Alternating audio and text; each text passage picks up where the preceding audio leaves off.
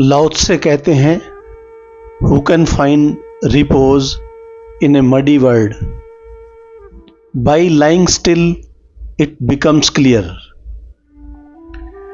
इस अशुद्धि से भरे संसार में कौन विश्रांति को उपलब्ध होता है? जो ठहरकर अशुद्धियों को बह जाने देता है। इस संबंध में बुद्ध की एक कहानी मैं आपसे कहूं। बुद्ध एक पहाड़ के पास से गुजरते थे। धूप तेज थी, गर्मी के दिन थे, उन्हें प्यास लगी। आनंद से उन्होंने कहा, आनंद तू पीछे लौट कर जा, अभी अभी हमने एक नाला पार किया है, तू पानी भर कर ला। आनंद भिक्षा पात्र लेकर पीछे गया। कोई 2 फलांग की दूरी पर वह नाला था। जब बुद्ध और आनंद वहां से निकले थे तो नाला बड़ा स्वच्छ था। जलधार धूप में मोतियों जैसी चमकती थी। कंकड़ पत्थरों पर शोरगुल की आवाज करता बहता था। पहाड़ी नाला था, स्वच्छ ताजा जल उसमें था। लेकिन जब आनंद वापस पहुंचा तो देखा कुछ बैलगाड़ियां उसके सामने ही उसमें से गुजर रही हैं और नाला गंदा हो गया। धूल और कीचड़ ऊपर उठाई, सूखे पत्ते दबे जो जमीन में पड़े थे वे फैल गए। सारा पानी गंदा हो गया और पीने योग्य न रहा। आनंद वापस लौटा। आनंद के मन में हुआ, बुद्ध इतने महाज्ञानी हैं, उन्हें यह भी पता न चला कि जब मैं जाऊंगा तो 2 गाड़ियां वहां से निकल जाएंगी, सब पानी गंदा हो जाएगा। आनंद वापस लौटा और उसने बुद्ध से कहा कि वह पानी गंदा हो गया है, गाड़ियां उस पर से गुजर गई हैं, अब वह पीने योग्य नहीं है। तो मैं आगे जाता हूं, 3 मील दूर आगे नदी है, वहां से पानी ले आऊं। बुद्ध ने कहा, नहीं, पानी तो उसी नाले का मुझे पीना है, तू वापस जा। आनंद को बड़ी कठिनाई हुई। पहले तो समझ लो कि ना जानते हुए बुद्ध ने भेजा था। अब जानकर आनंद को ठिठकते देखकर बुद्ध ने कहा, तू जा भी। आनंद फिर गया, लेकिन उस पानी को पीने के योग्य माना नहीं। पानी बिल्कुल गंदा था। आनंद बड़ी मुश्किल में पड़ा। उस गंदे पानी को बुद्ध के पीने के लिए लाए भी कैसे? फिर वापस लौटा। बुद्ध से कहा, क्षमा करें, वह पानी लाने योग्य नहीं है। बुद्ध ने कहा, तू एक बार और मेरी मान और जा। आनंद का मन हुआ कि इनकार कर दे, लेकिन बुद्ध ने इतने प्रेम भरी वाणी से कहा कि वह फिर वापस लौटा। जाते वक्त बुद्ध ने उससे कहा, आनंद, और अब लौटना मत, किनारे पर बैठे रहना। जब तक पानी तुझे पीने योग्य न लगे तब तक बैठे रहना। आनंद गया, किनारे पर बैठ गया।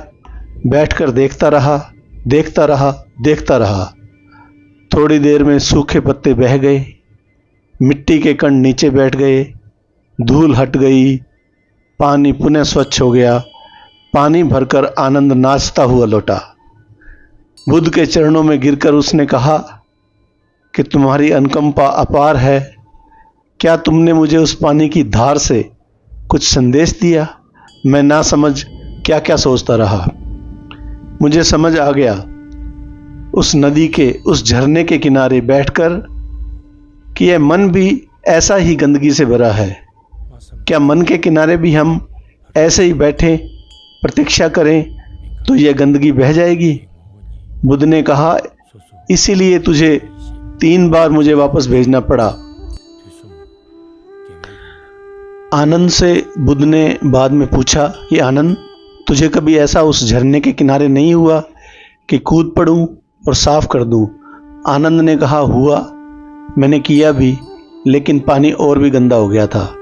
मन के साथ हम भी सब यही करते हैं, कूद कर साफ करने की कोशिश करते हैं, ज़बरदस्ती मन को साफ करने की कोशिश करते हैं। हमारी ज़बरदस्ती, हमारा झरने में उतर जाना पानी को और गंदा कर जाता है। इसलिए तथाकथित धार्मिक आदमी जो मंदिरों मस्जिदों में बैठकर ध्यान, पूजा और प्रार्थना करते रहते हैं, कहीं उनके मन में झांकने का आपको अवसर मिले तो आपको पता चले कि वे मंदिरों मस्जिदों में बैठे जरूर हैं। मंदिर मस्जिद से उनके मन का कोई भी संबंध नहीं है। मन उनका इतनी गंदगी से भर गया है जितना कि दुकान पर बैठकर भी नहीं भरता, क्योंकि दुकान पर भी एक एकाग्रता रहती है, धन पर मंदिर में उतनी भी एकाग्रता नहीं रह जाती। और क्यों नहीं रह जाती? सभी को यह अनुभव हुआ होगा, जो भी मन को शांत करने की कोशिश करेगा उसे पता चला होगा कि शांत करने जाओ तो और अशांत हो जाता है, क्योंकि शांत करने कौन जाएगा? आप अशांत हैं, आप शांत करने जा रहे हैं तो अशांति दुगनी हो जाएगी, बहुगुनी भी हो सकती है। तो अगर कोई बहुत ज़्यादा शांत करने की कोशिश करे तो पहले अशांत था, पीछे विक्षिप्त भी हो सकता है। फिर रास्ता क्या है? लाओ त्से का रास्ता ख्याल में रखने जैसा है। यह परम मार्ग है। लाओ त्से कहता है, मन की धारा के पास चुपचाप बैठ जाएं, लाइंग स्टिल, लेट जाएं, बहने दे धार को, होने दे गंदगी, मटमैली है धार, रहने दें, शांत बैठ जाएं, सिर्फ प्रतीक्षा करें और कुछ ना करें, कोशिश ना करें शांत करने की। कौन आदमी इस जगत में शांति को उपलब्ध हो सकता है? वही जो अशांति को मिटाने की चेष्टा से बचे। यह बहुत अजीब लगेगा, जो अशांति को मिटाने की चेष्टा से बचे, क्योंकि सब अशांति हमारी चेष्टाओं का फल है। और अब हम शांत होने की भी चेष्टा करें तो हम और गहन अशांति पैदा कर लेंगे।